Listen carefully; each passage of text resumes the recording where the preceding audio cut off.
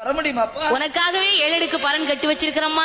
சரி என்று அழைத்தான் பெரும்புலையன். ஆமா. மாவுசைக்கு காவு பூசையும் பார்க்க வேண்டாம், கண்மணியும் பிறக்க வேண்டாம். வேண்டாம் வேண்டாம். வரமாட்டேன் என்று மறுத்தாள். சரி. உடனே பெரும்புலையன், மகளே, நீ காவு பூசைதான் பார்க்க வராட்டாலும் அந்த தெய்வத்தினுடைய விபூதியாவது நெற்றியில் வைத்துக் கொள்ளம்மா பூசும்மா என்று மையெடுத்து அணிந்தான். ஆமா. மகள் மதிமயங்கினாள். ஆமா. இதோ வருகிறேன் என்று புறப்பட்டாள். தண்டியில் ஏறினார். வாழைத்தடி தண்டியில் அலங்கரித்து மகளை கொண்டு வந்தான். மகளை மாவுக்காகவே பரன் கட்டி வச்சிருக்கிறேன், பரன் மீதிருந்து பாரம்மா என்று மகளை பரன் மீது அமர வைத்து விட்டு பெரும்புலை என் மகள் கைகால்களை கட்டுவதற்காக கத்தாளினார் கிழிக்க வந்தான். கத்தாளினார் கிழித்து வந்ததை பார்த்தவுடனே மாவுசைக்கு எப்படி புலம்புகிறார்? எப்படி புலம்புகின்றார்? எந்தகப்பா சண்டா